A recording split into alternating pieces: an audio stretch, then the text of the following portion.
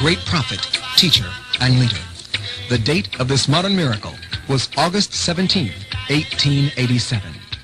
Garvey was a man who, in retrospect, was far ahead of his time. This is clearly proven by the fact that his ideologies have resurfaced today and could be considered a major factor in the liberation of African peoples the world over.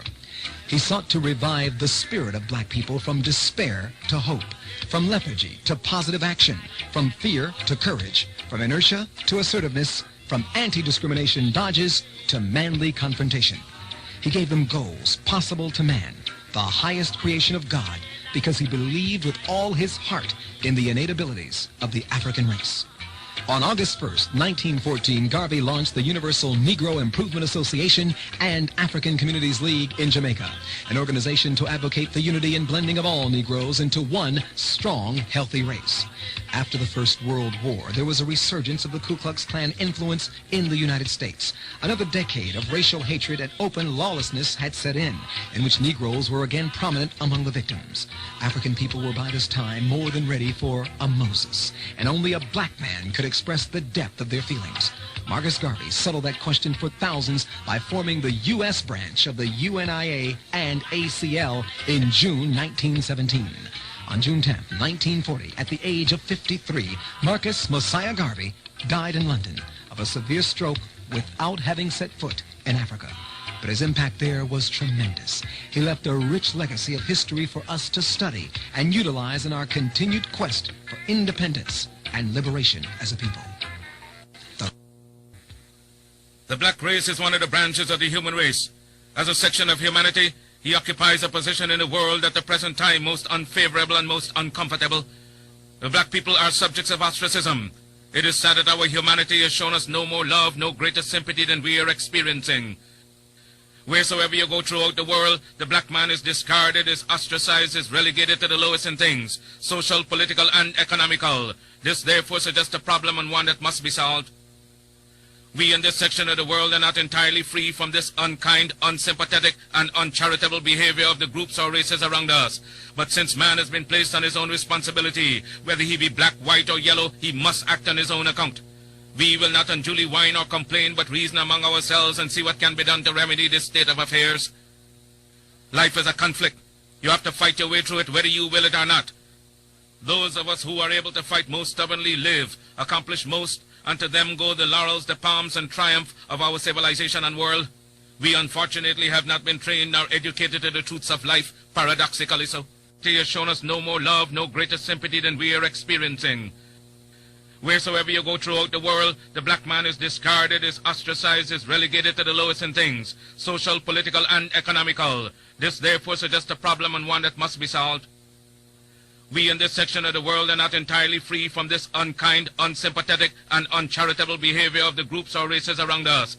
But since man has been placed on his own responsibility, whether he be black, white, or yellow, he must act on his own account. We will not unduly whine or complain, but reason among ourselves and see what can be done to remedy this state of affairs. Life is a conflict. You have to fight your way through it, whether you will it or not. Those of us who are able to fight most stubbornly live, accomplish most, and to them go the laurels, the palms, and triumph of our civilization and world. We unfortunately have not been trained nor educated to the truths of life, paradoxically so. May I say something to you to give you a true knowledge of yourself and life, so that the same glory and success attained by other men who understand themselves may be yours.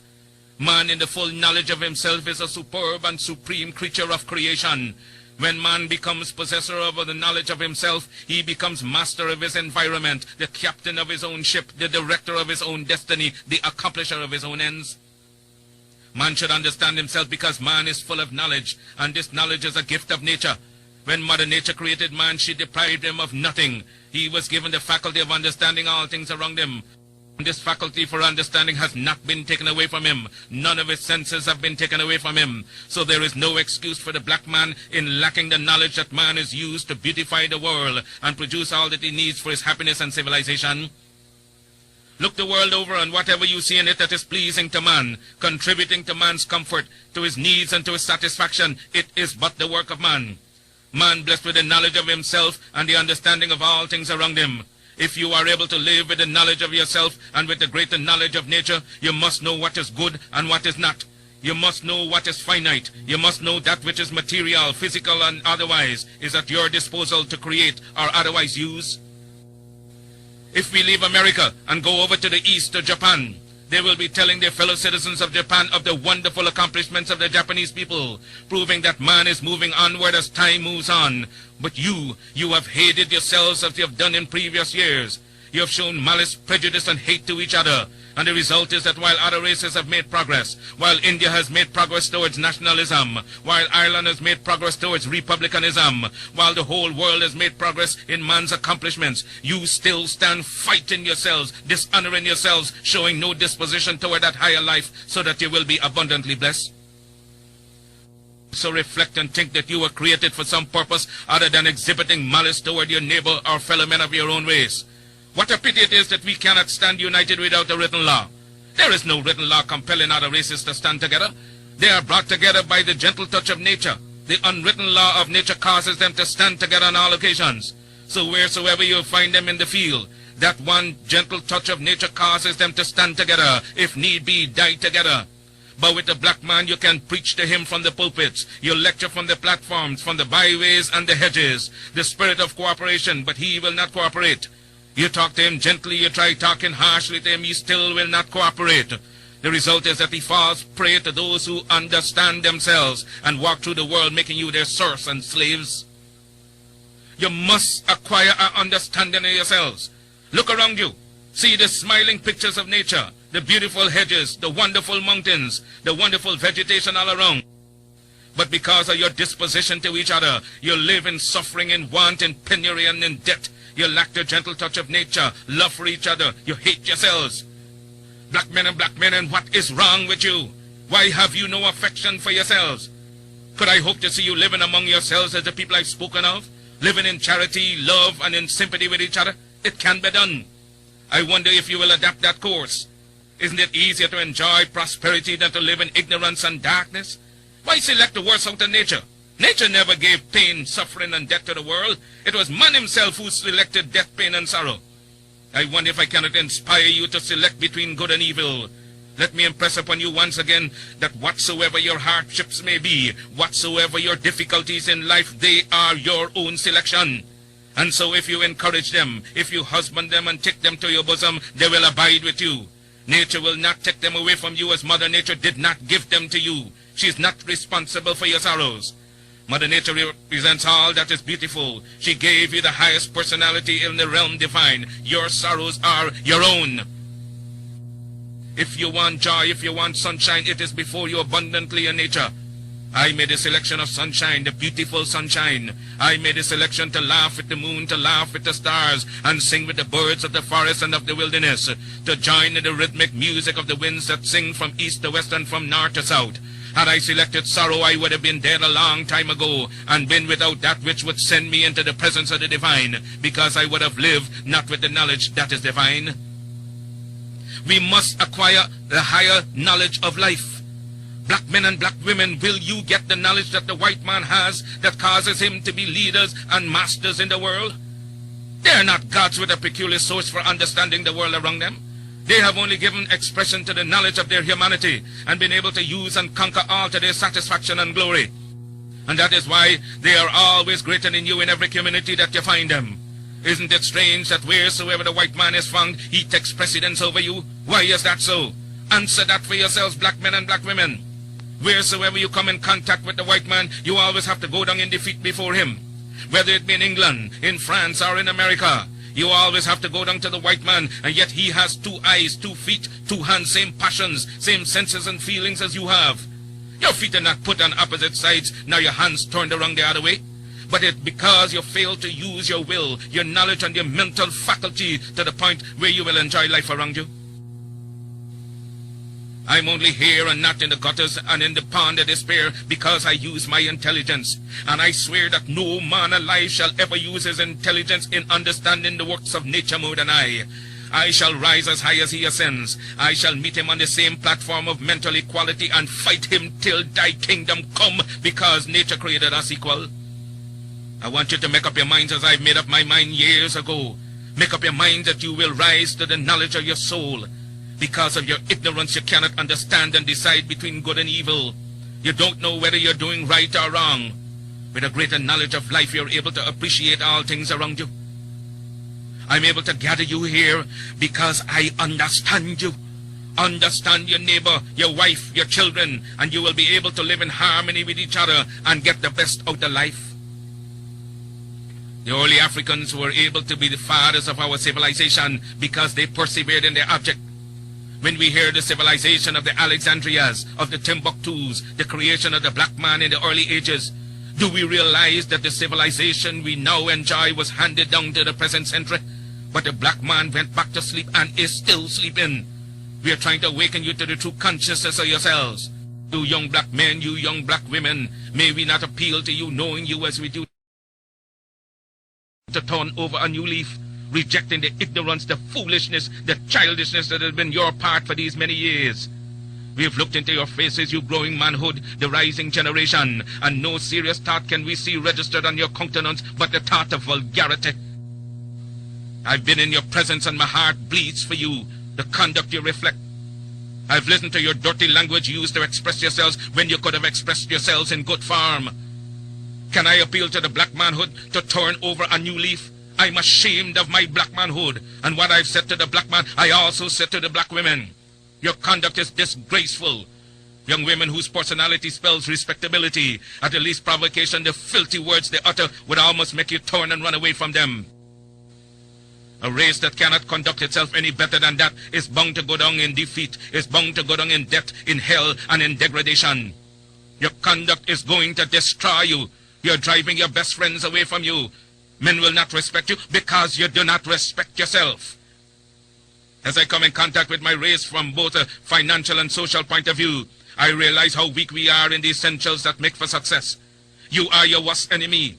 The black man goes into business and tries to do the right thing, but what do we find? He gets no support from his fellow man. They lie on him, they rob him, and the next thing you hear, he's out of business, pulled down by you, his brothers.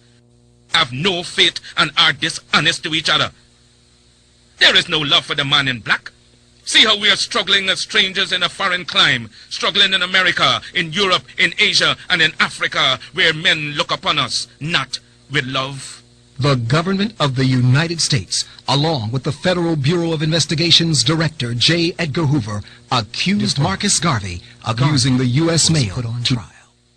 After 11 hours of deliberation, the jury was called in by the eminent Jewish jurist Judge Mack and given a second set of instructions without their request. The gist of it was that if they had come back with a not guilty or hung jury, to remember the expense in which the government would be put, the public would have lost time, the court, the jury, and the witnesses would have to go through the entire exercise again. They went back into the jury room and 30 minutes later came back with a verdict. Justice is greater than the law. If justice was not included in the law, then the law would be of no use to us as human beings.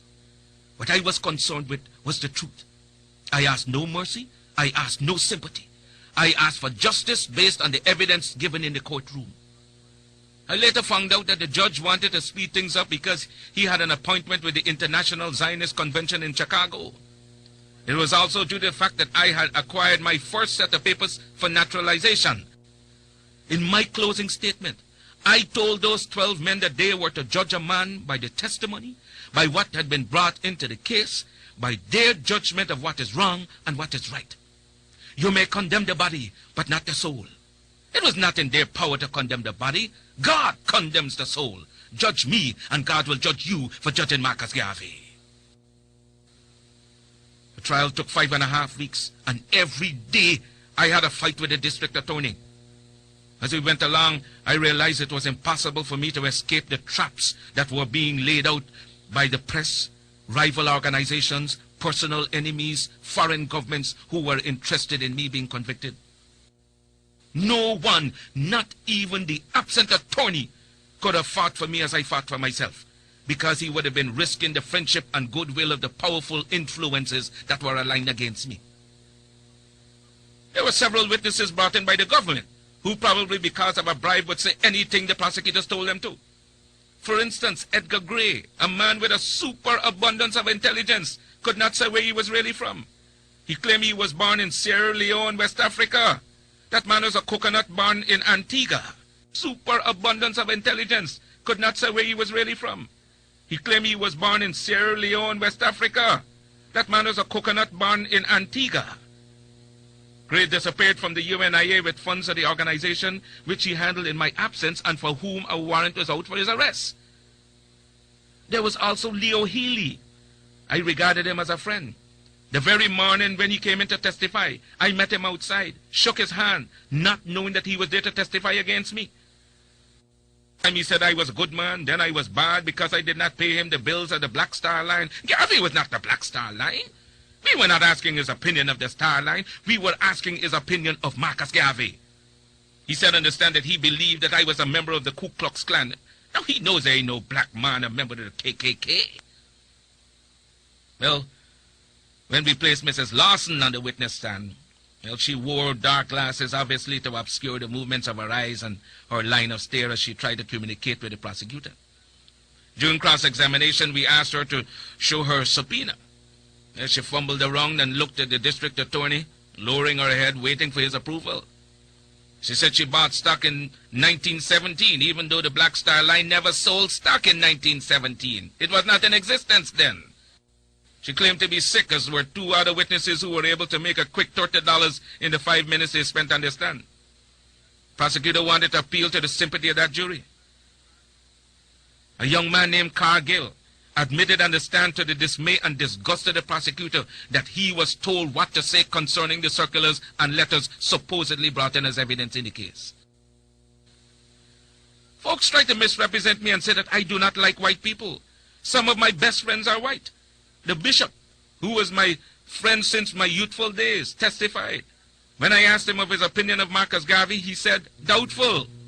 They didn't understand what he meant. I was a public man. Opinions differ. Surely some men are doubtful of me and some are not. He didn't say that Garvey was doubtful. When I asked him for his personal opinion, the question was objected to and sustained by the judge, claiming that it was an improper question. There were some white-controlled newspapers who felt that I was railroaded. I remember one of them stated that my troubles began when I stepped on the toes of France and Great Britain, and that it was a very grave question whether justice had been in my case. After I was found guilty, they released me on $25,000 bail pending the hearing of the appeal. While waiting, I formed the Black Cross Navigation and Trading Company, business enterprises which comprised the Negro Factories Corporation, the Black Eagles Flying Corps, dress and millinery shops, a publishing company and printing plant, a phonograph company, a restaurant, laundries, a black doll factory, a hotel, a chain of grocery stores, and the Royal African Motor Corps, a fleet of moving vans. I was in Detroit when the mandate was handed down. Having received a telegram to return immediately, I got on the first train leaving for New York. When I arrived, I was brutally seized by heavily armed men and pulled from a Pullman car at the 125th Street Station and taken to the Tombs prison. But that there are certain people who do not like me because I am black. They do not like me because I was not born in the United States. Some Irish slave master gave my great-great-grandfather his name. Garvey is not an African name. It's Irish.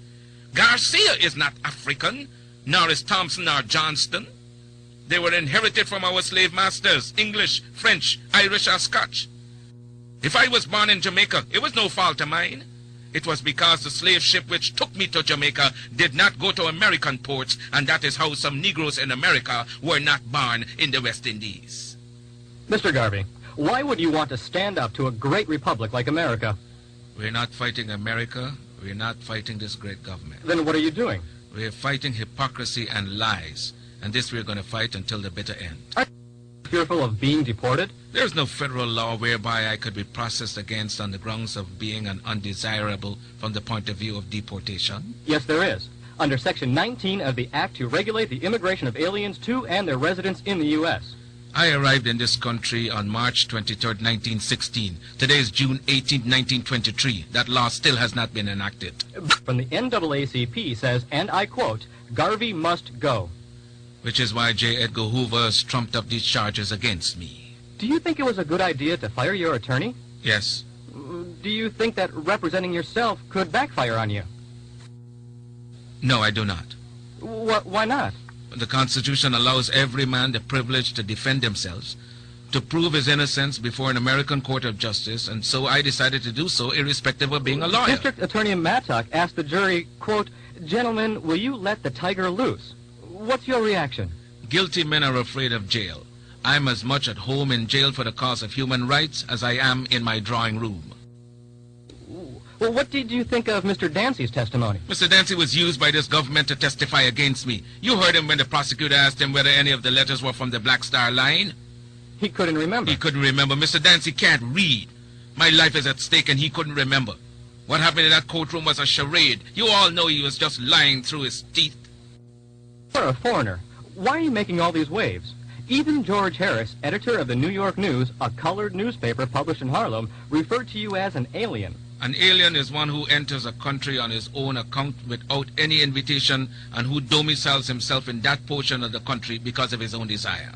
Isn't that exactly what you do? Fathers, but against my will, by stubborn protest, somebody seized me and brought me here from my silent repose in Africa 300 years ago. When they get rid of you, then what? This is only the first Marcus Garvey. There will be other cubs in the fold.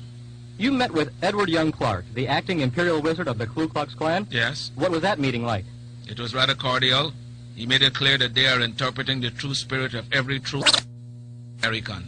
What is the attitude of the Klan towards a Negro who desires to be, say, President of the United States? That he shall never be as long as there is one white man living in this country. But isn't America a white man's country? Yes, it is a white man's country because he conquered the Indian, exterminated him, and took possession of his property. I'd say the KKK is the invisible government of the United States. What do you mean? The Klan represents the spiritual feeling and even the physical attitude of every white man in this land. Do you realize that such statements could get you lynched? We have 5 million substantial oak trees between Africa and the West Indies. We are ready for a lynching party tonight if they wanted to. Recently, there have been several rapings of black women by whites. Was that discussed? Yes, it was. He claims that they are as much against that as any self-respecting Negro should be. But I know better. In my opinion, they are structured for the purpose of offending, suppressing, and killing Negroes. I would advise every Negro and those who aspire to leadership to form an organization similar to that of the Ku Klux Klan so that they may be able to look out for their own interests and not continue to be begging white people to do for them what they ought to be doing for themselves. Thank you very much. Part of my trial is that I was indicted along with others for conspiracy to use the United States mails to defraud in promotion of the Black Star Line Steamship Company. Yet my conviction was void of conspiracy in that I alone was convicted. If I understand my conviction clearly, I was convicted for selling stock in the Black Star Line after I knew it to be insolvent. The difference between us and the trial court is that they wanted a conviction. All the others who had more to do with the actual selling of stock than I went free because they were not wanted. I received the fullest penalty that the law could impose. 5 years in the penitentiary, the maximum fine of $5,000 as provided by the law, and the entire cost of the case, a condition not generally imposed maybe once in 25 years. It was not Marcus Garvey on trial. It was not a question of money on trial. It was the principle of a race fighting for liberty on trial. And when you attack the principles of the UNIA, Garvey goes to war, and he remains on the firing line until he passes away or until Victor perches on the banner. I am going to prison because I dare to serve you, neglect my home, a loyal and dear woman, my wife, and myself. Above all, the things I prize most in the world is the honor of my name.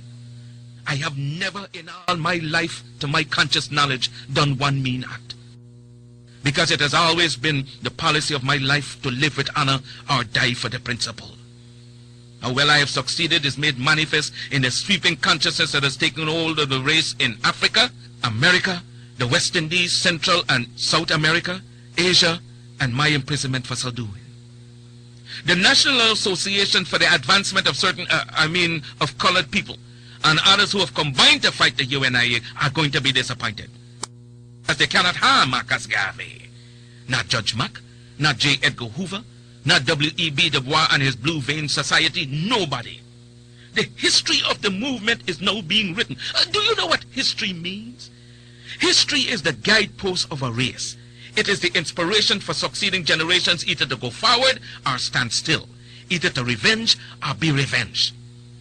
I had a motive and a purpose. It was a crying voice from the grave that said, Garvey, we have suffered for 250 years for your day and time. We expect something of you at this hour. The prejudice against us as an African people is not because of color, it's because of our condition. The prejudice against us as an African people is not because of color, it's because of our condition. If we must have justice, we must be strong. If we must be strong, we must come together. If we must come together, we can only do so through the system of organization. That to fight for African redemption does not mean that you must be disloyal to any government or country wherein you were born. It is not our purpose or intention to send all black people back to Africa. No! Those of us who leave America to go settle permanently in Africa will become pioneers, pilgrim fathers of the new nation. The African race became strong in Africa, it could be strong everywhere. For 250 years, we have struggled under the burden and rigors of slavery. We were brutalized, we were maimed, we were killed, we were ravaged in every way. We are men. We have hopes, we have passions, we have feelings, we have desires just like any other race. The cries raised all over the world of Canada for the Canadians, of America for the Americans, of England for the English, of France for the French, of Germany for the Germans. Do you think it unreasonable that we, the blacks of the world, should raise a cry of Africa for the Africans? The Negro is a man. We represent the new Negro. His back is not yet against the wall. We do not want his back against the wall because that would be a peculiar and desperate position. We do not want him there. It's because of this that we are asking for a fair compromise. The Belgians have control of the Belgian Congo, which they cannot use. They have not the resources to develop nor the intelligence. The French have more territory than they can develop. There are certain parts of Africa in which you cannot live at all. So it is for you to come together and give us a United States of Africa. We are not going to be a race without a country. God never intended it, and we are not going to abuse God's confidence in us as men. We are men.